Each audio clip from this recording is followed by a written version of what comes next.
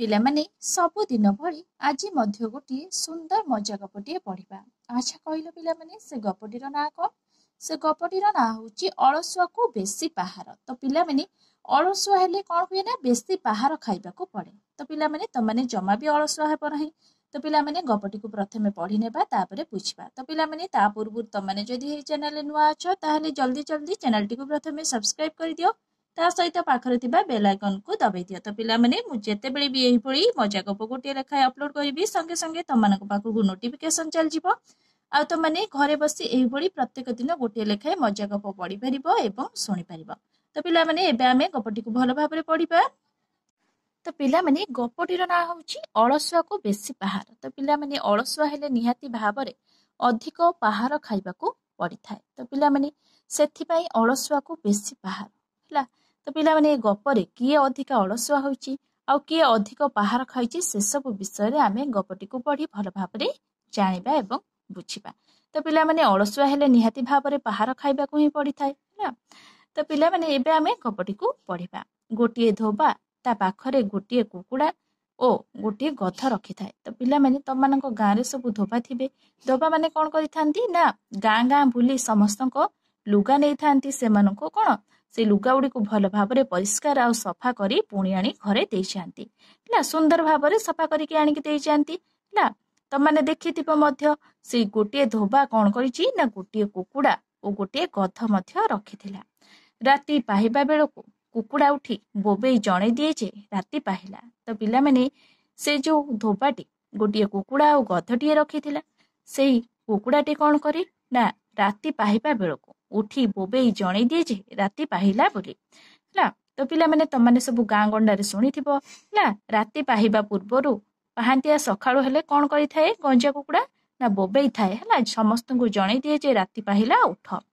ସେହିଭଳି ଏଠି ଧୋବା ଯୋଉ କୁକୁଡ଼ାଟି ରଖିଥିଲା, ସେ ରାତି ପାହିବା ବେଳକୁ ଉଠି ବୋବେଇ ଦିଏ ଯେ ବୋବେଇ ଜଣେଇ ଦିଏ ଯେ ରାତି ପାହିଲା ବୋଲି। କୁକୁଡ଼ାର ବୋବେଇବା ଶୁଣି ଧୋବା ଉଠି ପଡେ। ତ ପିଲାମାନେ, କୁକୁଡ଼ା ବୋବାଇବା ଶୁଣି କଣ କରେ ଧୋବା ନା, ଉଠି ପଡେ। ସେ ଜାଣିଯାଏ ଯେ ରାତି ପାହିଲା ବୋଲି। କିନ୍ତୁ ଗଧ ସେମିତି ଶୋଇଥାଏ। ତ ପିଲାମାନେ, ତମାନେ ଶୁଣିଥିବ ଗଧ କଣ କରେ ନା, ବହୁତ ଅଳସୁଆ ହେଲା। ଗଧ କଣ କରେ ନା, ସେମିତି ଶୋଇ ରହିଥାଏ। ଏଣୁ ସବୁଦିନ ଧୋବା ଉଠି ଆସି ଦେଖେ ଯେ ଗଧ ନ ଉଠି ଶୋଇଛି। ତ ପିଲାମାନେ, ଏଇ ଯୋଉ ଧୋବାଟି ଯୋଉ କୁକୁଡ଼ାଟି ରଖିଥିଲା, ତାର ରାବ ଶୁଣି ସେ କଣ କରେ ନା, ବିଛଣାରୁ ଉଠି ପଡେ ଆଉ ଜାଣିଯାଏ ଯେ ସକାଳ ହେଲା ବୋଲି। ହେଲେ କଣ କରେ, ସେ ଉଠି ଆସି ଦେଖେ ଯେ ଗଧ ସେହିଭଳି ଶୋଇ ରହିଥାଏ। ଧୋବା ସେ ଗଧକୁ 2 ପାହାର ଦେଇ ସାରିବା ପରେ ଗଧ ଉଠେ। ତ ପିଲାମାନେ, ଧୋବାଟି ଆସି ଦେଖେ ଯେ କୁକୁଡ଼ା ଉଠି ସାରିଛି ଆଉ ସେ ରାବ ଛାଡି ସାରିବା ପରେ ସେ ଉଠି ଯାଇଛି। ଆଉ ସେ ଧୋବାଟି ଉଠି ଆସି ଦେଖେ ଯେ ଗଧ ସେଇଭଳି କଣ ନ ଉଠି ଶୋଇ ରହିଛି। ଧୋବା ରାଗିଯାଏ। ରାଗି ଯାଇକି କଣ କରେ ନା, ଗଧକୁ 2 ପାହାର ଦେଇ ଉଠାଏ ହେଲା। ତାପରେ ଯାଇକି ଗଧ ଉଠେ। ଗଧକୁ ଆଗେ ଧୋବା ଉଠାଏ, କାରଣ ସେ ଗଧ ଉପରେ ମଇଳା ଲୁଗା ଲଦି ସଫା କରିବାକୁ ନିଏ। ତ ପିଲାମାନେ, ଏଇ ଛବିରେ ତମାନେ ଗଧକୁ ଦେଖିପାରୁଥିବ ହେଲା। ଧୋବା ଜଣକ କଣ କରେ ନା, ସକାଳୁ ଉଠି ଯାଇ ସେ ପ୍ରଥମେ ଗଧକୁ ଉଠେଇବା ପାଇଁ ଚେଷ୍ଟା କରେ। କାହିଁକି ନା, ତା ଉପରେ ମଇଳା ଲୁଗା ସବୁ ଲଦି ସଫା କରିବାକୁ ନିଏ। ପୁଣି ତାପରେ ସଫା ଲୁଗା ଗୁଡ଼ିକ ଲଦି ପୁଣି ଆଣି କଣ ସମସ୍ତଙ୍କୁ ଦେଇଥାଏ। ସେଥିପାଇଁ ସେ ଗଧକୁ ଆଗେ ଉଠାଇ ଦେଇଥାଏ। ଯଦି ଗଧକୁ ଆଗରୁ ନ ଉଠେଇବ, ତେବେ କାମକୁ ବାହାରିବା ବେଳେ ସେମିତି ଅଳସୁଆ ହୋଇ ରହିଥିବ। ତ ପିଲାମାନେ, ଗଧଟି କଣ କରେ ନା, ଗଧ ଯେହେତୁ ବହୁତ ଅଳସୁଆ, ସେ ଉଠିବାକୁ ଚାହେଁ ନାହିଁ। ସେ ସେଇଭଳି ଶୋଇ ରହିବା ପାଇଁ ଚାହେଁ ହେଲା। କିନ୍ତୁ ତାର ମାଲିକ ଧୋବା କଣ କରେ ନା, ସେ ଗଧକୁ ଆଗରୁ ଉଠେଇବା ପାଇଁ ସବୁବେଳେ ଚେଷ୍ଟା କରେ, ଆଗେ ଉଠେଇବା ପାଇଁ ଚେଷ୍ଟା କରେ। କାହିଁକି ନା, ଗଧକୁ ଯଦି ସେ ଆଗରୁ ନ ଉଠେଇବ, ତେବେ କାମକୁ ବାହାରିବା ବେଳେ ସେମିତି ଅଳସୁଆ ହୋଇ ରହିଥିବ। ଗଧ ଆଉ ଉଠିବନି ହେଲା, ପୁଣି ଅଳସୁଆମି କରିବ। ସେଥିପାଇଁ ସେ ଗଧକୁ କଣ କରେ ନା, ଆଗେ ଉଠାଇ ଦିଏ। ତାପରେ ତାର ଖାଇବା ଡେରି ହେବ। ତ ପିଲାମାନେ, ଗଧ ଯଦି ଡେରିରେ ଉଠିବ, ଅଳସୁଆମି କରିବ, ତାହେଲେ ନିହାତି ଭାବରେ ସେ ପୁଣି କଣ ଡେରି କରି ଖାଇବ। ପୁଣି ସେ ଅଳସୁଆମି ହୋଇ ଖାଇବ, ପୁଣି କଣ ତାର ଧୋବାର କାମରେ ଡେରି ହବ। ଯେହେତୁ ଧୋବାର ଲୁଗାପଟା ସବୁ ନେଇକି ସେ ମଇଳା ଲୁଗା ସବୁ ନେଇକି କଣ ଯିବ, ସେ ତାପରେ ଲଧା ହେଇକି ଯିବ। ସେଥିପାଇଁ ଧୋବା ଉଠିଲେ ସେ ଗଧକୁ ପାହାର ଦେଇ ଉଠାଇ ଦିଏ। ତ ପିଲାମାନେ, ସେଥିପାଇଁ ଧୋବାଟି କଣ କରେ ନା, ଗଧକୁ ପାହାର ଦେଇ ଆଗ ଉଠାଇ ଦେଇଥାଏ। ଯେହେତୁ ତା ଉପରେ ମଇଳା ଲୁଗା ସବୁ କଣ ସେ ଲଦିକି ତା ପିଠି ଉପରେ ଗଧ ଯିବ, ସେଥିପାଇଁ ସେ କ'ଣ କରେ ନା ଗଧକୁ ପ୍ରଥମେ ଉଠାଇ ଦିଏ। ଧୋବା ନିଜର ନୀତି କାମ ସାରି ଗଧକୁ କିଛି ଖାଇବାକୁ ଦେଇ ସାରିବା ପରେ ଲୁଗା ସଫା କରିବାକୁ ଯାଏ। ତ ପିଲାମାନେ ଧୋବା ନିଜର ନୀତି କାମ ହେଲା ଯେ ସେ ପ୍ରତ୍ୟେକ ଦିନ ଯେଉଁ ସବୁ କାମ କରେ ସେ ସବୁ କାମକୁ ଆଗେ ସାରିବା ପରେ ଗଧକୁ କିଛି ଖାଇବାକୁ ଦେଇ ସାରିବା ପରେ ଲୁଗା ସଫା କରିବାକୁ ଯାଏ। ତ ପିଲାମାନେ ସେ ଗଧକୁ କିଛି ପ୍ରଥମେ ଖାଇବା ଦେଇ ସାରିବା ପରେ ତାପରେ ସେ ଲୁଗା ସଫା କରିବାକୁ ଯାଇଥାଏ। ତଥାପି ସେତେବେଳକୁ ଗଧ ଟାଣି ହୋଇ ଅଳସୁଆମି କରେ। ତ ପିଲାମାନେ ତାପରେ ବି ଗଧ ଏତେ ଅଳସୁଆ ଯେ ସେତେବେଳକୁ ଗଧ କ'ଣ କରେ ନା ଟାଣି ହୋଇ ପୁଣି ଅଳସୁଆମି କରେ। ପୁଣି ଖାଇବା ବେଳେ ବି ସେ ପୁଣି ଅଳସୁଆମି କରେ। ଶୋଇବା ବେଳେ ଅଳସୁଆମି, ଖାଇବା ସମୟରେ ପୁଣି ବି ଅଳସୁଆମି ସେ କରେ। ଏତେ ଅଳସୁଆମି ଗଧ। ଏଣୁ ପୁଣି ଆଉ 2 ପାହାର ଖାଏ। ତ ପିଲାମାନେ ପୁଣି ଗଧ ଖାଇଲା ବେଳେ ବି 2 ପାହାର ଖାଏ, ଉଠିବା ବେଳେ 2 ପାହାର ଖାଏ, ପୁଣି ଖାଇଲା ବେଳେ ବି 2 ପାହାର ଖାଇଥାଏ। କାହିଁକି ନା ସେ ସବୁଥିରେ ଅଳସୁଆମି କରେ। କାମ ପଡ଼ିଲା ବେଳକୁ ଏମିତି ହେଉଥିବାରୁ ଗଧ ବେଶୀ ପାହାର ଖାଏ। ତ ପିଲାମାନେ ଯେହେତୁ କାମ ପଡ଼ିବା ବେଳକୁ ଗଧ ଏମିତି ହୋଇଥିବାରୁ, ଏମିତି ମାନେ କ'ଣ ପିଲାମାନେ ଅଳସୁଆମି ହୋଇଥିବାରୁ, ଯେହେତୁ ଗଧ ପିଠି ଉପରେ ସବୁ ଲୁଗା ଗଦା ହେଇକି ସବୁ ଯିବ, ଗଧ ସେ ଲୁଗାପଟା ସବୁ ନେଇକି ଯିବ, ସେଥିପାଇଁ ଗଧ ଜାଣିଯାଏ ହେଲା, ସେଥିପାଇଁ ସେ ଜାଣି ଅଳସୁଆମି କରେ। ସେଥିପାଇଁ ମାଲିକ କ'ଣ କରେ ନା ତାକୁ ପୁଣି ପାହାର ଦେଇଥାଏ ହେଲା, ପୁଣି ବେଶୀ ପାହାର ସେ ଖାଏ। ପୁଣି ଉପର ବେଳା ସଫା ଲୁଗା ସବୁ ଗଧ ଉପରେ ଲଦି ଲୋକଙ୍କୁ ଦେବାକୁ ଯାଏ। ତ ପିଲାମାନେ ଗଧ ଆସିବା ବେଳେ ସେ ସବୁ ମଇଳା ଲୁଗାକୁ ପିଠି ଉପରେ ଲଦିକି ନେଇକି ଆସେ। ପୁଣି ଗଲା ବେଳେ ବି କ'ଣ କରେ ସେ ନା ଗଲା ବେଳେ ବି ସେ ସବୁ ତକ ସଫା ଲୁଗା ହେଲା ଲଦିକି ନେଇକି ଲୋକକୁ ଦବା ପାଇଁ ଯାଏ ହେଲା। ସେତେବେଳକୁ ବି ଗଧ ଅଳସୁଆ ହୋଇଥିବାରୁ ପୁଣି ପାହାର ଖାଏ। ତ ପିଲାମାନେ ଗଧ ଯେତେବେଳେ ମଇଳା ଲୁଗା ଆଣିବା ପାଇଁ ଯାଏ ସେତେବେଳେ ବି ସେ ଅଳସୁଆ ହୁଏ। ଯେତେବେଳେ ସେ ମଇଳା ଲୁଗାକୁ ସଫା କରି ସାରିବା ପରେ ଯେତେବେଳେ ମାଲିକ ତା ପିଠି ଉପରେ ଲଦି ସଫା ଲୁଗା ଗୁଡ଼ିକ ଦବା ପାଇଁ ଯାଏ ସେତେବେଳେ ବି ସେ ଅଳସୁଆମି କରେ। ତେଣୁକରି ଗଧ ସବୁବେଳେ ହିଁ ମାଲିକ ଠାରୁ ମାଡ଼ ଖାଏ ନା ନଧା ଖାଏ। ତଥାପି ଧୋବା ସବୁଦିନ ସକାଳୁ ଉଠୁ ଗଧକୁ ଉଠାଉଥିବାରୁ ସେ ବେଶୀ ବିଗିଡ଼ିଯାଏ। ତ ପିଲାମାନେ ମାଲିକ ସେ ଧୋବା ଜଣକ ପ୍ରତ୍ୟେକ ଦିନ ଗଧକୁ ଏହିଭଳି ଉଠାଉଥିବାରୁ ସେ ସବୁଦିନ କ'ଣ କରେ ନା ବିଗିଡ଼ିଯାଏ, ବହୁତ ରାଗିଯାଏ ଗଧ ଉପରେ। ସେ ଭାବୁଛି ଯେ ମୁଁ କ'ଣ ସବୁବେଳେ ଏହିଭଳି ଗଧକୁ ଉଠାଉଥିବି, ସେ କେବେ ବି ନିଜେ ଉଠିବ ନାହିଁ। ଯଦି ଗଧ ସକାଳୁ ଉଠେ ତେବେ ଧୋବା ତାକୁ ପାହାର ଦେବନି। ତ ପିଲାମାନେ ଧୋବା ଜଣକ କ'ଣ ଭାବୁଛି ନା ଯଦି ଗଧ ପ୍ରତ୍ୟେକ ଦିନ ସକାଳୁ ଉଠିଯାଏ ତେବେ ସେ ତାକୁ ପାହାର ଦେବନି। କିନ୍ତୁ ଗଧ ଏତେ ଅଳସୁଆ ଯେ ସେ ସକାଳୁ ନା ଉଠିବ ନା ଯେତେବେଳେ ମଇଳା ଲୁଗା ଆଣିବା ପାଇଁ ଯିବ ସେତେବେଳେ ବି ସେ ଅଳସୁଆମି କରିବ। ଯେତେବେଳେ ସଫା ଲୁଗା ନେଇକି ଯିବ ସବୁ ବାଣ୍ଟିବା ପାଇଁ ସେତେବେଳେ ବି ସେ ଅଳସୁଆମି କରିବ। ସେଥିପାଇଁ ମାଲିକ ତାକୁ କ'ଣ କରେ ନା ସବୁବେଳେ ମାଡ଼ ଦିଏ ହେଲା। ତାପରେ ଦେଖିବା ପିଲାମାନେ ଗଧର ପରିସ୍ଥିତି କ'ଣ ହେଲା। ତ ପିଲାମାନେ ଏଇ ଛବିକି ତମାନେ ଦେଖିପାରୁଥିବ। ଏଠି ମାଲିକ ଏଠି ଗୋଟିଏ କୁକୁଡ଼ାଟିଏ ରଖିଛି, ଏଠି ମଧ୍ୟ ଗୋଟିଏ ଗଧଟିଏ ରଖିଛି।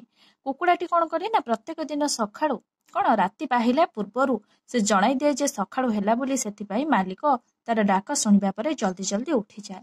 ଉଠିବା ପରେ କ'ଣ କରେ ନା ସେ ପ୍ରଥମେ ଗଧକୁ ଉଠାଇବା ପାଇଁ ଚେଷ୍ଟା କରେ। କାହିଁକି ନା ସେ ଗଧକୁ ନେଇକି ମଇଳା ଲୁଗା ଆଣିବା ପାଇଁ ଯାଏ, ଆଉ ପୁଣି ସଫା ଲୁଗା ପୁଣି ଲୋକମାନଙ୍କୁ ବାଣ୍ଟିବା ପାଇଁ ମଧ୍ୟ ଯାଏ ହେଲା।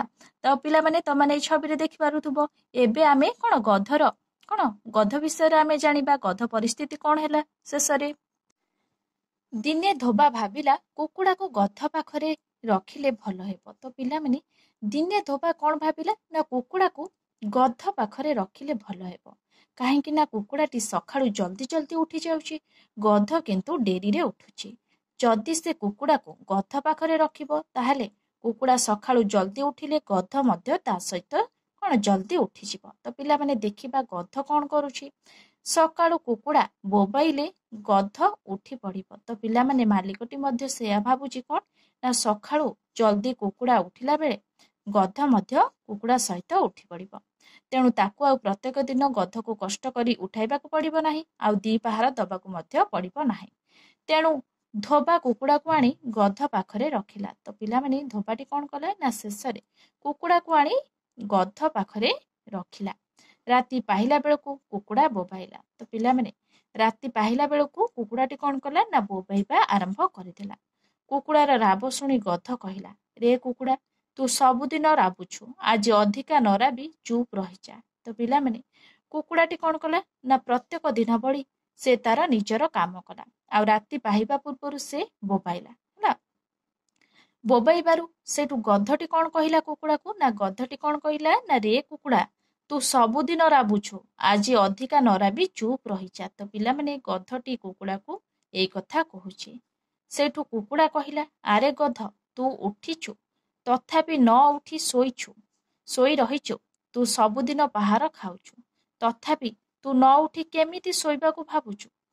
तो पिला माने एठी कुकुड़ाटी मध्य कौन गध को कहिला। जेतेबेले गध कुकुड़ा को कहिला कौन ना रे कुकुड़ा तू सबुदिन राबुछु आज अधिका न राबी चुप रहिजा। सेठु कुकुड़ा मध्य गध को छाड़िलानी। कुकुड़ाटी मध्य कहिला कौन ना आरे गध तू उठिछु तथापि तू न उठी शोई रहिछु तू सबुदिन पाहार खाउछु तथापि तू न उठी केमिति के जाने शोइबा पई भाबुछु ना। तो पिला माने एही भली गध कुकुड़ा मध्य कथा चली रहिला। तो पिला माने देखिबा तापर कौन हैला धोबा उठी करी तार निज काम सारिबाकू न जाई मते पिटी उठाउछि। तो पिला माने सेठू कौन होउछि ना गधटी कुकुड़ा को कहूछि कौन ना धोबा उठी करी तार निज काम सारिबाकू न जाई मते पिटी उठाउछि। से आग तार काम करिबाकू गले ताकू आउ टिके शोइबाकू समय मिलिबो हेले धोबा ताकू आगे पिटुछि तापरे तार काम करिबाकू जाउछि। कुकुड़ा कहिला रे गध तू तो राति जाक शोउछु सकाळु उठिबाकू तोर मन हेउनी। तो पिला माने गधटी पुणी कहूछि कुकुड़ा को जे धोबा उठी करी तार निज काम सबू न करी बा ता काम को न जाई से मते आग पिटिकी उठाउछि। से आग तार जदि काम करिबाकू जांता ताहले मते टिके शोइबाकू अधिक समय मिली जांता हेले धोबा कौन करुछि ना मते आग से पिटुछि तापरे तार काम करिबाकू जाउछि। सेठू गधर एभली कथा शुणी सारिबा परे कुकुड़ाटी कौन कहूछि ना रे गध तू तो राति जाक शोउछु सकाळु उठिबाकू तोर कौन मन हेउ नाही सेथिपाई सबुदिन माड़ खाउछु। तो पिला माने कुकुड़ाटी गध को एक कथा कहूछि कौन तू राति जाक शोउछु सकाळु उठिबाकू तोर कौन जमा भी मन हेउनी सेथिपाई तो तू सबुदिन माड़ खाउछु तथापि तू भूली जाउछु। तो पिला माने शेषरे कुकुड़ा ताकू एक कथा कहूछि कौन शेषरे तू कौन एसबू माड़ खाउछु प्रत्येक दिन तापरे भी तू भूली जाउछु पुणी काम कला बेलको भी अलसुआ हेउछु। तो पिला माने कुकुड़ा पुणी कहूछि कौन ना प्रत्येक दिन डेरी जाए शोई रहूछु मालिक ठारू एते माड़ खाउछु तापरे भी एते माड़ भूली जाई तू पुणी डेरी जाए शोई रहूछु हैला तापरे भी तू पुणी काम बेलको पुणी अलसुआमी करूछु सेठी माड़ खाउछु तू सतरे एते अलसुआटा। तो पिला माने कुकुड़ाटी पुणी कहूछि। तो पिला माने कुकुड़ाटी ताकू एते कथा कहि सारिबा परे भी से गध को किछि भी फरक पड़ुनी हैला। तो पिला माने कुकुड़ाटी ताकू कौन शेषरे कहूछि तू सतरे एते बड़ अलसुआ जे एते माड़ खाइबा परे तू शेषकू सबू भूली जाउछु पुणी शेषरे पुणी शोई रहूछु तते अधिका माड़ दरकार धोबा ए कथा भल करी जानिछु बोली तते बेसी पहार दउछि। तो पिला माने कुकुड़ाटी पुणी गध को कहूछि कौन ना तते आहुरी अधिका माड़ दरकार धोबा ए कथा भल करी जानिछु बोली तते बेसी पहार दउछि तू अलसुआ बोली सबु कथारे अलसुआ सेथिपाई तते अधिका पहार दरकार आउ तोर सबु कथा जानी तते मालिक सेथिपाई बेसी पहार दउछि। ए कथा किए कहूछि पिला माने ना कुकुड़ा कहूछि गध को तू धोबा उपरे रागिबा कथा नुह। तो पिला माने कुकुड़ा पुणी गध को बुझाइबाकू जाई कहूछि जे तू धोबा उपरे रागिबा कथा नुहे काहेकि ना तू सबु बेले अलसुआमी होउछु उठिबारे अलसुआमी होउछु खाइबारे अलसुआमी होउछु काम करिबारे भी अलसुआमी होउछु सेथिपाई तते धोबा पिटुछि सेथिपाई तू ता उपरे रागिबा जम्मा भी उचित नुहे जी अलसुआ ताकू बेसी पहार दरकार। तो पिला माने कुकुड़ाटी शेषरे कहूछि कौन ना जी अलसुआ ताकू बेसी पहार दरकार जी गध भली अलसुआ हेबो सेमिति पहार खाइबो जी अलसुआ न हेबो से भलरे गणा हेबो। तो पिला माने जी गध भली अलसुआ हेबो सेमिति पहार खाइबो जी अलसुआ न हेबो से भलरे गणा हेबो बा भलरे रहिबो ना। तो पिला माने अलसुआ हेले कोन हुए ना आमे माने दुख पाइथाउ ना गध सेथिपाई कोन अलसुआ हेउछि शेषरे माड़ ही खाउछि किंतु से सबको से भूली जाई पुणी से अलसुआमी होई रहउछि सब बेले से अलसुआमी होई सोई रहउछि अलसुआमी होई खाउछि आ अलसुआमी होई काम मध्य करूछि ना। तो पिला माने एई छवि रे त माने धोबा को देखि पारुथबो आ गध को मध्य देखि पारुथबो एठी धोबा बा मालिकटी किपरि गध उपरे सबु कौन लुगा आनी कौन ମଇଳା ଲୁଗା ସବୁ କିପରି ଲଦି ଆଣୁଛି, ପୁଣି ମଇଳା ଲୁଗାକୁ ସଫା କରି ପୁଣି ଗଧ ଉପରେ ଲଦି ପୁଣି ଲୋକମାନଙ୍କୁ ଦେବା ପାଇଁ ଯାଉଛି। କିନ୍ତୁ ସବୁ କ୍ଷେତ୍ରରେ ସବୁ କାର୍ଯ୍ୟରେ ଗଧଟି ଏଠି ଅଳସୁଆମୀ କରୁଛି। ତ ପିଲାମାନେ ଏଇ ଗପଟିରୁ ତମାନେ କ'ଣ ଶିଖିଲ ନା ଯିଏ ବେଶୀ ଅଳସୁଆମୀ ହେବ ସେହିପରି କ'ଣ ଗଧ ଭଳି ହିଁ ପାହାର ଖାଇବ। ଯିଏ ଅଳସୁଆ ନ ହେବ ସେ ଭଲରେ ରହିବ ବା ଭଲରେ ଗଣା ହେବ। ତ ପିଲାମାନେ ମୁଁ ଆଶା କରୁଛି ନିହାତି ଭାବରେ ତମମାନଙ୍କୁ ଏଇ ଗପଟି ଭଲ ଲାଗିଥିବ। ଯଦି ତମମାନଙ୍କୁ ଏଇ ଗପଟି ଭଲ ଲାଗିଥିବ ନିହାତି ଭାବରେ ଲାଇକ୍, ସେୟାର, ସବସ୍କ୍ରାଇବ କରିବାକୁ ଜମା ବି ଭୁଲିବନି। Thank you.